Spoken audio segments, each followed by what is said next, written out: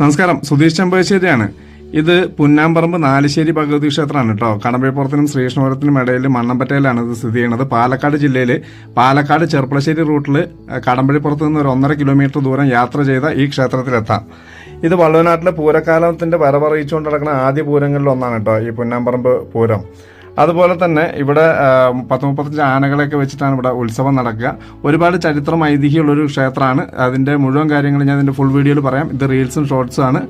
അപ്പോൾ അതിൻ്റെ മുഴുവൻ വീഡിയോ കാണാനായിട്ട് ഈ വീഡിയോ ഫേസ്ബുക്കിലാണ് കാണണമെങ്കിൽ ഒന്ന് പേജ് ഫോളോ ചെയ്യുക, യൂട്യൂബിലാണെങ്കിൽ ഒന്ന് സബ്സ്ക്രൈബ് ചെയ്ത് കൊടുക്കുക. ഇതിൻ്റെ ഫുൾ വീഡിയോ ഞാൻ രാവിലെ പോസ്റ്റ് ചെയ്യുന്നതായിരിക്കും. അതുപോലെ തന്നെ ഇവിടെ ഒരുപാട് ആളുകൾക്ക് മക്കളുണ്ടാവാത്ത ആളുകൾക്ക് ഇവിടെ പ്രാർത്ഥിച്ചതിന് ശേഷം മക്കളുണ്ടായിട്ടുള്ളതായിട്ടും, അതുപോലെ തന്നെ ഇവിടെ വിവാഹം നടക്കാതിരുന്ന ആളുകൾക്ക് ഇവിടെ പ്രാർത്ഥിച്ചതിന് ശേഷം വിവാഹം നടന്നതായിട്ടൊക്കെ കുറേ അനുഭവസ്ഥർ പറയുന്നുണ്ട്. അതൊക്കെ ഞാൻ ഇതിൻ്റെ ഫുൾ വീഡിയോയിൽ ഉൾപ്പെടുത്താം.